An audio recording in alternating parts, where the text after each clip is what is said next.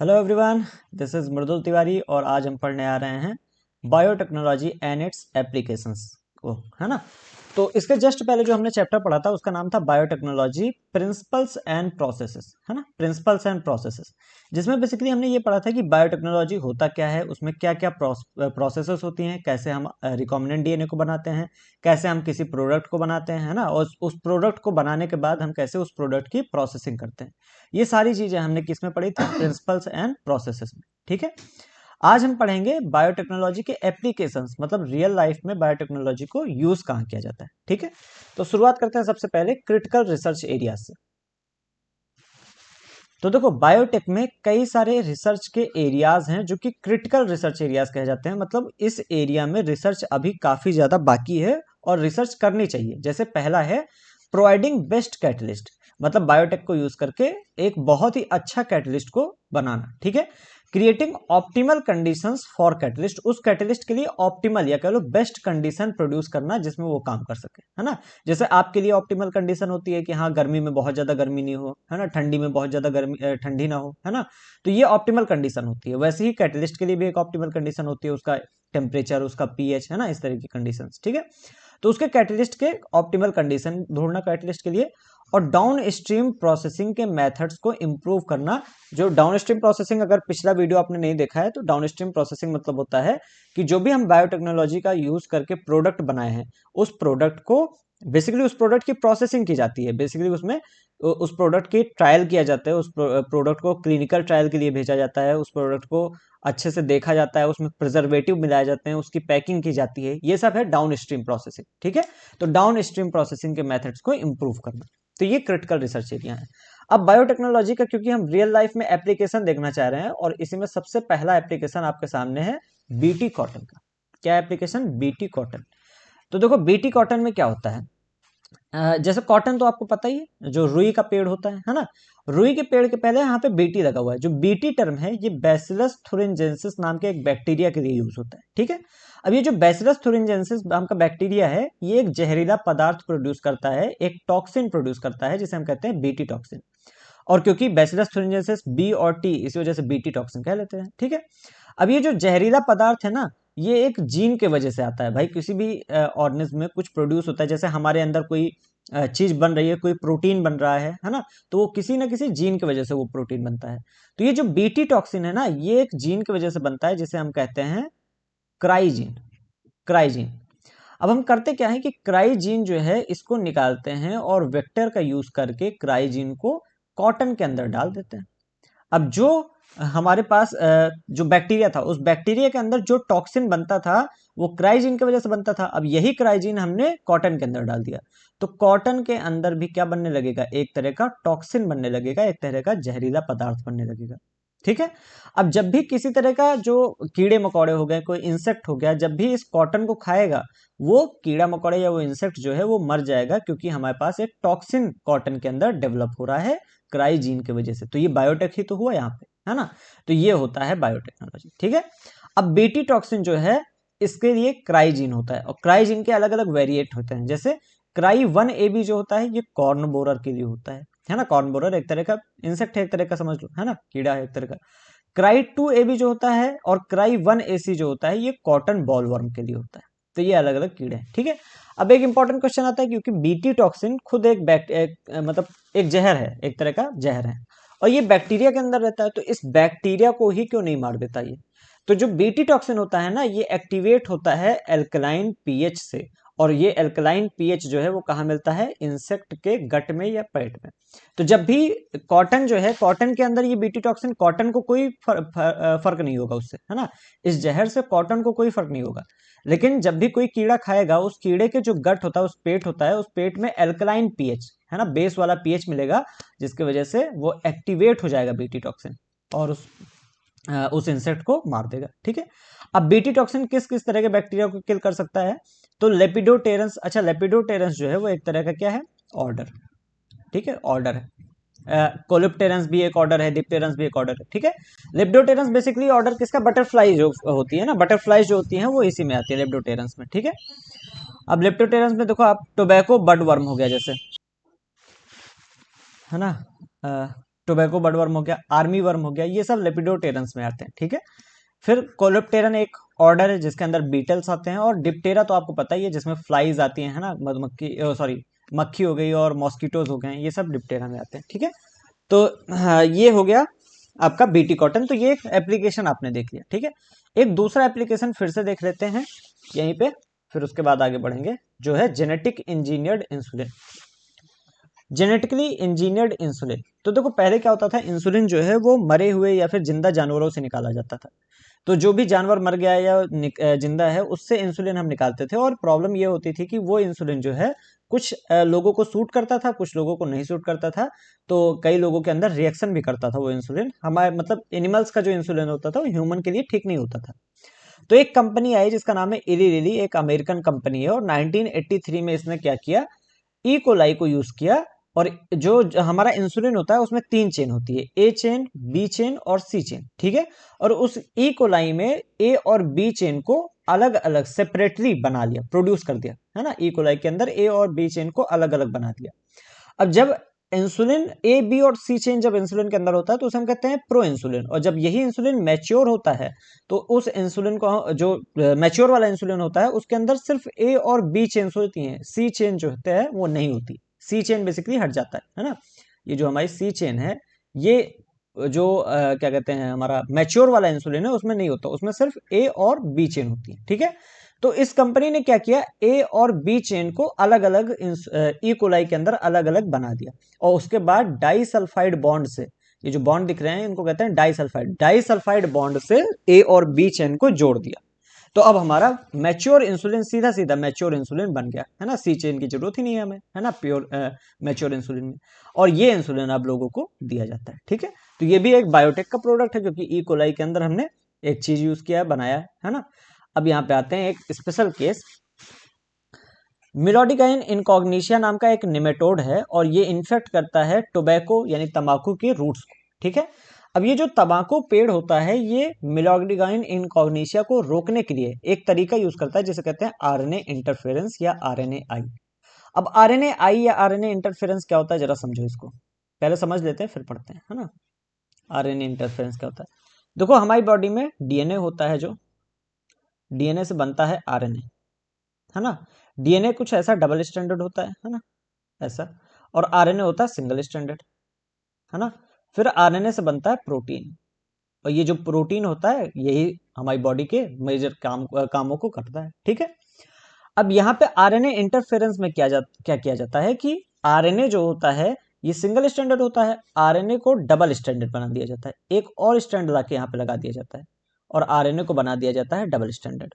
और कभी भी डबल स्टैंडर्ड आरएनए जो होता है उसका ट्रांसलेशन नहीं होता है, या कह लो वो प्रोटीन नहीं बना सकता है। तो डबल स्टैंडर्ड आरएनए बनने की वजह से यहाँ पे प्रोटीन का फॉर्मेशन नहीं होता है। अब ये जो डबल स्टैंडर्ड आरएनए में दूसरा स्टैंड है ये कहाँ से आता है, तो ये कई बार वायरस के इन्फेक्शन से आ जाता है ना, वायरस के इन्फेक्शन से कई बार आ जाता है।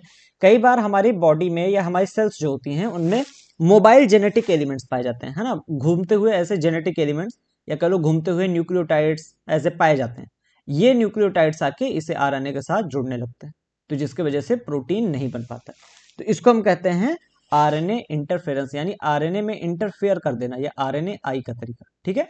अब देखो यहाँ पे it is a method of cellular defence, ये एक सेलुलर डिफेंस का मेथड है, किसके अंदर, यूकैरियोट्स के अंदर, ठीक है। और इसमें होता क्या है, सेलुलर डिफेंस मतलब समझो सेल के लेवल पे डिफेंस करना, ठीक है। और यूकैरियोट्स में देखा जाता है ये। इसमें होता क्या है, साइलेंसिंग ऑफ एमआरएनए, एमआरएनए को साइलेंस कर देना बाय अ कॉम्प्लीमेंट्री डबल स्टैंडर्ड आरएनए, एक दूसरे कॉम्प्लीमेंट्री डबल स्टैंडर्ड आरएनए को यूज करके।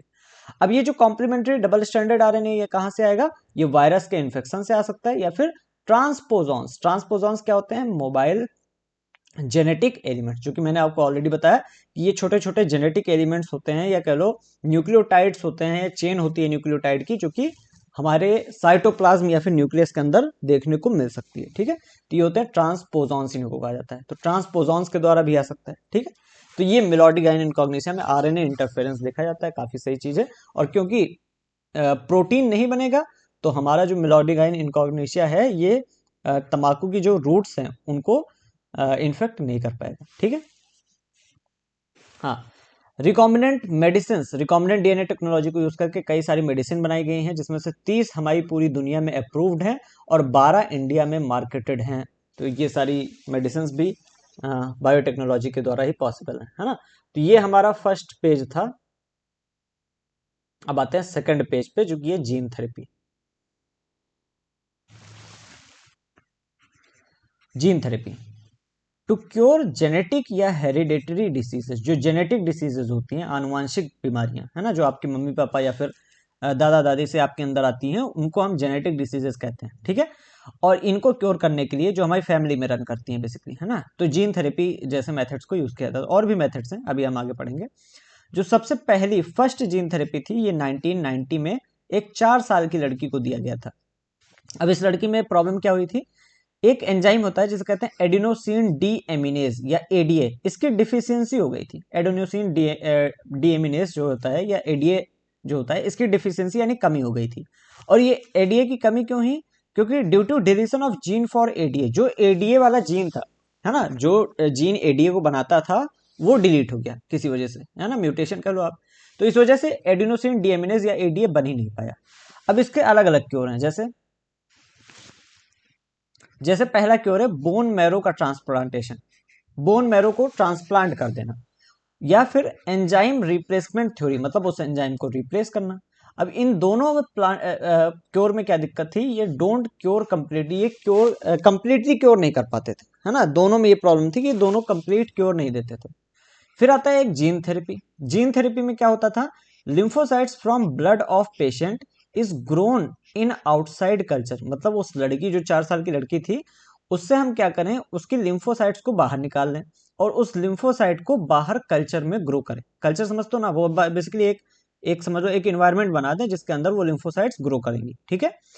अब functional ADA c DNA, c DNA मतलब होता है complementary DNA, is introduced to lymphocyte. अब जो लिम्फोसाइट हमने बाहर रखी है, उसके अंदर एडीए का सी डीएनए इंट्रोड्यूस कर रहे हैं। बेसिकली एक जीन हम जो है एडीए का जो जीन है, वो उन लिम्फोसाइट्स के अंदर डाल रहे हैं एंड गिवन टू पेशेंट, और फिर पेशेंट के अंदर, उस लड़की के अंदर वापस डाल दे।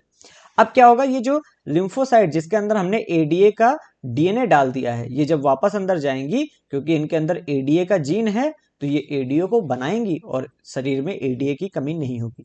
लेकिन इसका भी एक ड्रॉबैक है। ड्रॉबैक ये है कि लिम्फोसाइट्स जो है वो इमॉर्टल तो होती नहीं है ना, तो पेशेंट्स को बार बार नई लिम्फोसाइट्स को लेना पड़ता है, need to take new lymphocytes periodically, समय समय पर नई लिम्फोसाइट्स को लेना पड़ता है, ठीक है।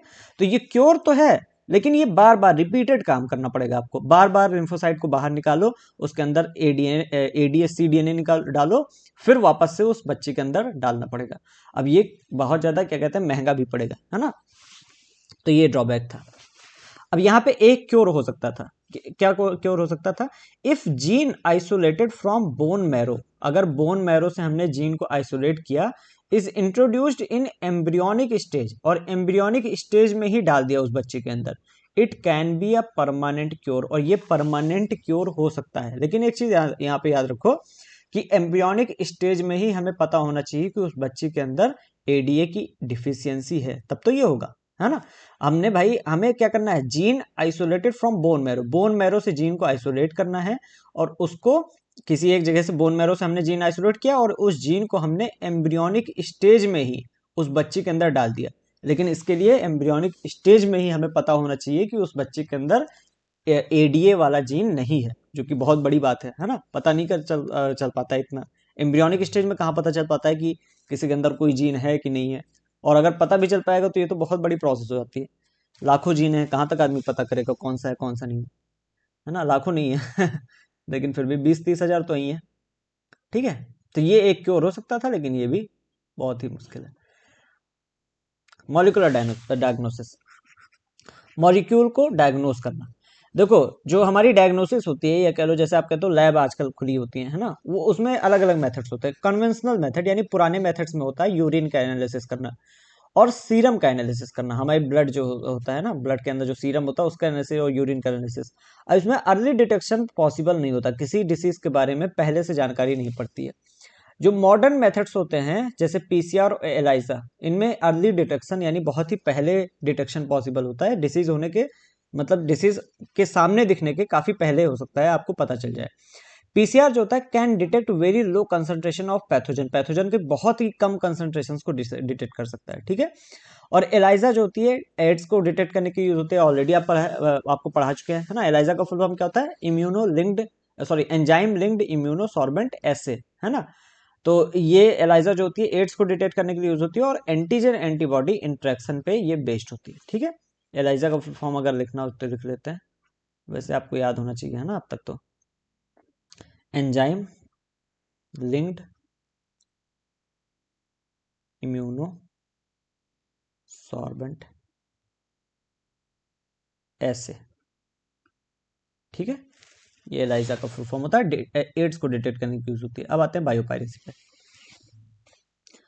Biopiracy, use of bio resources by multinational companies without proper authorisation from countries और पीपल कंसर्न टू इट और विदाउट कंपनसेटरी पेमेंट। क्या होता है, बड़ी बड़ी कंपनियां जो होती हैं वो किसी एक एरिया के प्रोडक्ट को उठा लेती हैं, उस एरिया के लोगों को कभी पूछती भी नहीं है कि हाँ ये प्रोडक्ट बाहर जा रहा है, ये प्रोडक्ट मतलब वो समझ लो प्रोडक्ट एरिया के लोगों ने डिस्कवर किया है, उसको प्रॉपर अच्छे से बनाया है, उस कंपनी ने सिर्फ उठा लिया, ठीक है, उस प्रोडक्ट को बेसिकली ये बिना किसी प्रॉपर ऑथराइजेशन के, मतलब लोगों से पूछे हुए या फिर उनको कोई तरह का कंपनसेटरी पेमेंट दिए हुए यूज कर लेते हैं। अब इसका बहुत ही अच्छा एग्जांपल बायोपायरेसी का, जैसे बासमती राइस।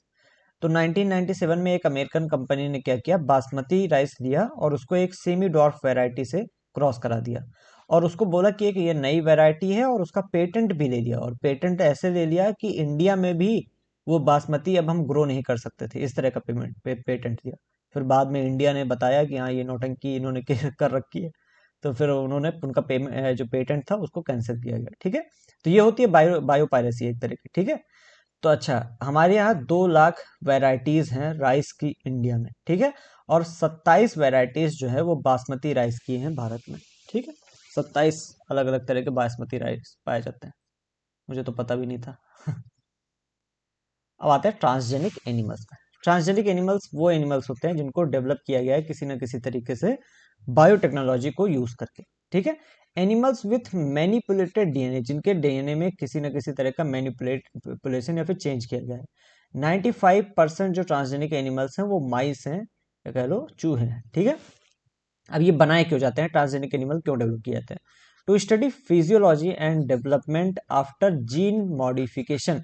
मतलब किसी जीन का अगर मॉडिफिकेशन किया जाए तो उससे क्या इफेक्ट होगा उस चीज का, ये पढ़ने के लिए, है ना, ट्रांसजेनिक एनिमल बनाए जाते हैं और डिसीजेस की स्टडी करने के लिए।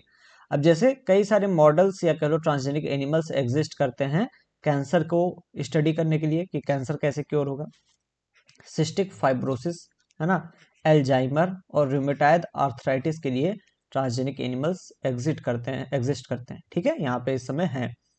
तो ये एक इम्पॉर्टेंट पॉइंट है क्योंकि यहाँ पे आप स्टार देख रहे हैं, ये नीट में पूछा जाने वाला काफी इंपॉर्टेंट पॉइंट है कि किन डिसीजेस के लिए ट्रांसजेनिक एनिमल्स जो है उनके मॉडल्स इस समय हैं, है ना। तो कैंसर पढ़ना है, सिस्टिक फाइब्रोसिस, अल्जाइमर्स और रूमेटॉइड आर्थराइटिस के लिए है, ठीक है।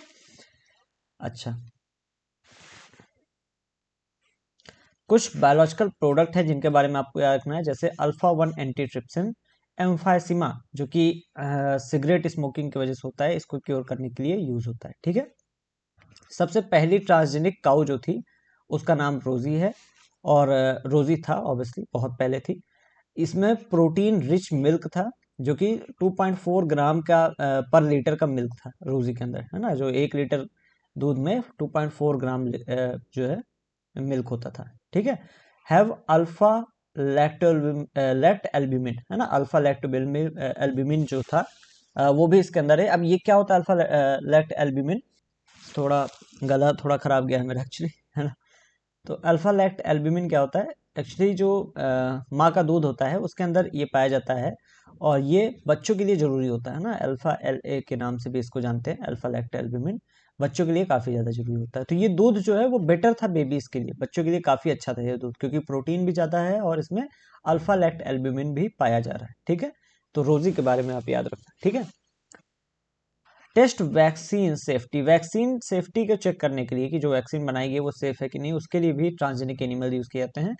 ज़्यादातर ट्रांसजेनिक माइस को यूज़ किया जाता है, were used to test safety of polio vaccine. Polio vaccine की सेफ्टी के लिए ट्रांसजेनिक माइस को यूज़ किया गया था, ठीक है। और ये जो माइस होते हैं ये रिप्लेस कर सकते हैं मंकीज को, क्योंकि क्या होता है कि जनरली कई बार मंकीज को यूज़ किया जाता है, जो कि जो मंकीज होते हैं उनके लिए बहुत ही ज़्यादा दर्दनाक होता है। जब वो वैक्सीन फेल होती है तो कई सारे बीमारियां और काफ़ी ज़्यादा दर्द देखे जाती है, तो इस वजह से अभी मंकीज को हटा के माइस को भी यूज़ किया जा सकता है, ठीक है। केमिकल सेफ्टी टेस्टिंग, कोई केमिकल बनाई गई, कोई ड्रग बनाई गई, कोई मेडिसिन बनाई गई, उसको टेस्ट करने के लिए भी ट्रांसजेनिक एनिमल्स को यूज़ किया जाता है, ठीक है, to test toxicity of substances या फिर ड्रग्स, ठीक है।